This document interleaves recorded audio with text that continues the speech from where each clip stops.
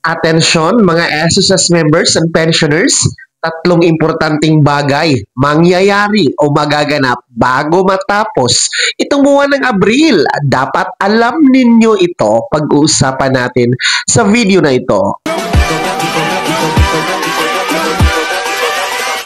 Hold up.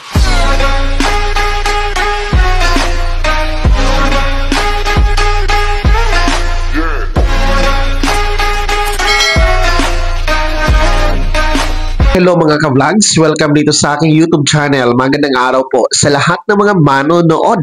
Saan po kayong dako sa mundo, kumusta? Mga ka-vlogs, eto mga miyembro at pensyonado ng SSS, tatlong importanteng bagay mangyayari bago matapos itong buwan ng Abril. Dapat talaga alam niyo ito para aware po kayo. Mamaya-maya, isa-isahin natin yan. Pero bago ang lahat, kung bago ka pa lang dito sa aking YouTube channel o di kaya hindi ka pa nakasubscribe, i-click nyo muna ang ating subscribe button na nasa baba. Huwag nyo kalimutan na pindutin ang notification bell.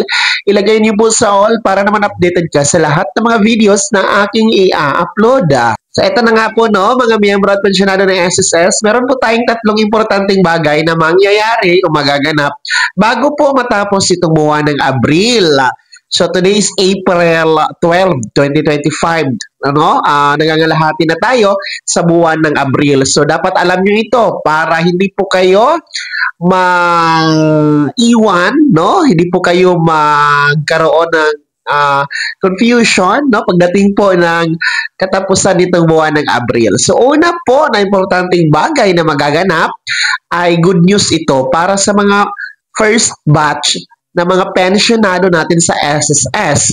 Sapagkat ang inyong April pension crediting schedule ay magaganap na po ngayong Miyerkules, April 16, 2025, Ang inyong April pension crediting schedule. Kahit po yan ay nataon sa Holy Week, ay hindi naman po siya regular holiday, Kung makikita nyo po sa inyong kalendaryo, ang pula lamang po ay 17, which is Huwebes Santo, hanggang 18 ng April, Biyernes Santo. So, the April 16 is regular crediting schedule. Para ito sa mga second batch SSS pensioners na mayroon pong date of contingency, o araw ng pagkamatay, araw ng kapanganakan, araw ng pagkasakit mula 16 to last day of the month. Kasi ang original crediting schedule nyo naman talaga is every 16th day of the month. Kaya po, April 16 ang inyong crediting schedule. Hindi siya advance, hindi din po siya delayed. So, nasa regular, insakto talaga na petsa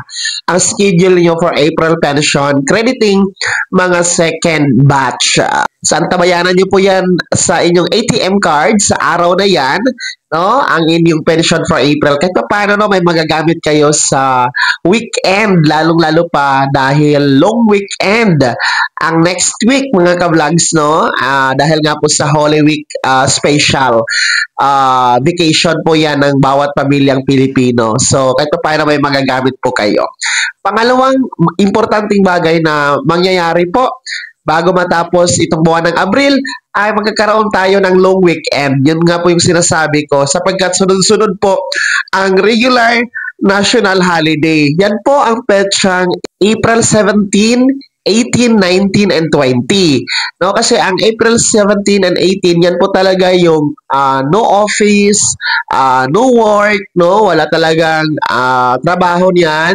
Sarado po ang mga pampubliko at pribadong opisina at establishmento. Maliban na lang sa mga iba, lalong-lalo pa yung mga mall. Nagbubukas yan sila ng mga ganoon, kasi nga maraming mga mamimili. Pero yung mga opisina, gaya po ng SSS, sarado talaga, sa Huwebes Santo at Biyernes Santo. And that is April 17 and 18. Then, yung 19 is Sabado at saka 20 is Linggo. Wala din pong opisina ng SSS kasi weekend po yan, mga ka-vlogs, Karugtong po yan sa Holy Week. Kaya naman po, huwag kayong pumunta sa mga branches ng SSS nationwide, sa mga petsang yan, dahil sarado po. Kung meron kayong transaksyon na gagawin sa SSS branch, ay pagka-Lunes na lang po, April 21, mga ka-vlogs.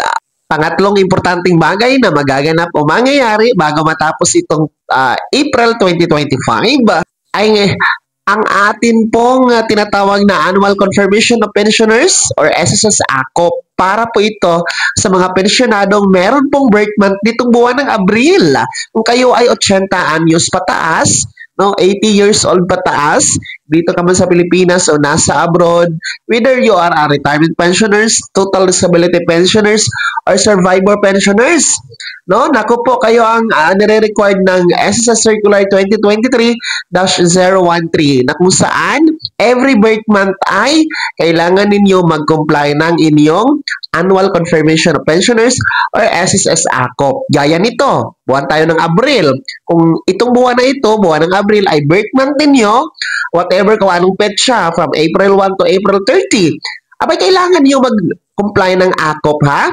So, ang deadline ngayon is April 30. Pero, sinasabi ko sa inyo, huwag nyo nang paabutin sa April 30. No? Huwag nyo nang paabutin sa deadline para po maging maayos at kampante talaga kayo na makapag-akop ng maayos at sigurado, wag na doon sa deadline, wag na sa last day. Ngayon pa lang, gawin nyo na.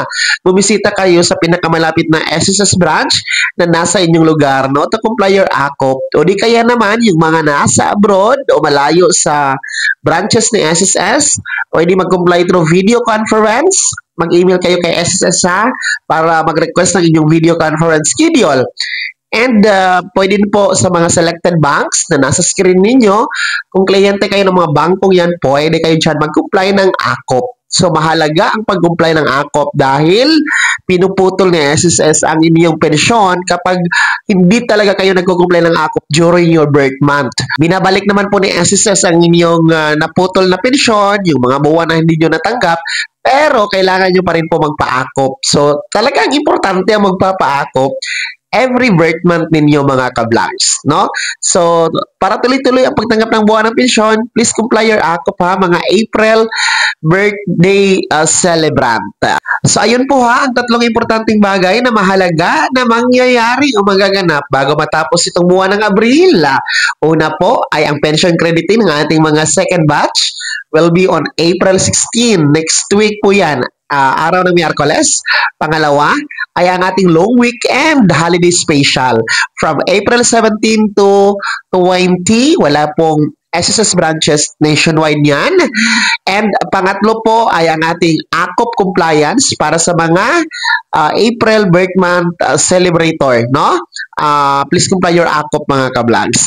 Kaya naman, mga pensionado at membro ng SSS, ano po yung komento at reaksyon sa balitang ito? Ibahagi nyo po sa comment section na nasa baba. Pakilakip ng buong pangalan at kung taga saan kayo. Bago ako magtapos sa video na to, kung gusto nyo po sumuporta sa aking YouTube channel, maaari nyo pong i-click ang ating super thanks button na nasa baba. Sa mga gusto mong i-miyembro, pwede po. I-click nyo po ating join button. Maraming perks dyan mga kablags. Be my member now. Sana'y naging gabay ang video na to. Ito paano na pag-uusapan natin ang mga mahalagang bagay-bagay na may kinalaman sa pagiging miyembro, benepisyaryo at pensyonado sa SSS. Kung hindi ka pa nakasubscribe dito sa aking YouTube channel, maaari nyo nang i-click ang ating subscribe button na nasa baba. Huwag niyong kalimutan na pindutin ang notification bell. Ilagay niyo po sa all para naman updated ka sa lahat ng mga videos na aking i-upload. Maaari nyo i-like ang video na to at kung meron ka pang mga katanungan, maaari nyo i-komento sa comment section na nasa baba. Paki-follow na din po ang aking official Facebook page na nasa screen nyo. Muli po, ako si Daniel Timpawan na nagsasabing dito sa aking YouTube channel, Pawang Katotohanan at lahat totoo lamang.